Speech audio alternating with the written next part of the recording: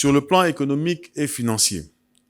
nous allons naturellement assister à une création d'emplois dans plusieurs secteurs d'activité, notamment dans le secteur touristique, dans le secteur de la restauration, le secteur des transports. Nous allons recevoir dans notre pays entre 5 000 et 10 000 personnes.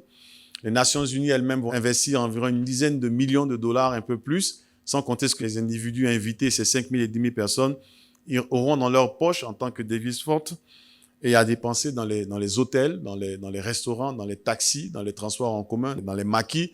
C'est autant d'argent qui va rester en Côte d'Ivoire, qui va rester dans notre économie et qui va permettre effectivement de créer des emplois et de créer de la richesse et de la distribuer surtout. Au niveau économique et financier, toujours, on va observer une attractivité des investissements étrangers directs dans le domaine de la lutte contre la dégradation des sols et de la lutte contre la sécheresse, parce que nous avons invité ici en Côte d'Ivoire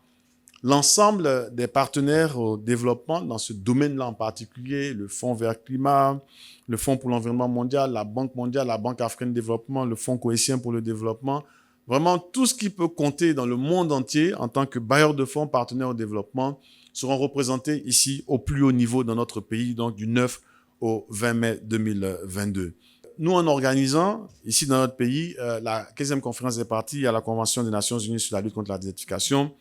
nous allons renforcer naturellement le leadership de notre pays dans la sous-région et dans le monde sur les questions de dégradation des sols, mais surtout sur les questions de restauration et de régénération de ces sols dégradés. Nous allons naturellement influencer l'agenda et les thèmes importants qui seront discutés ici en Côte d'Ivoire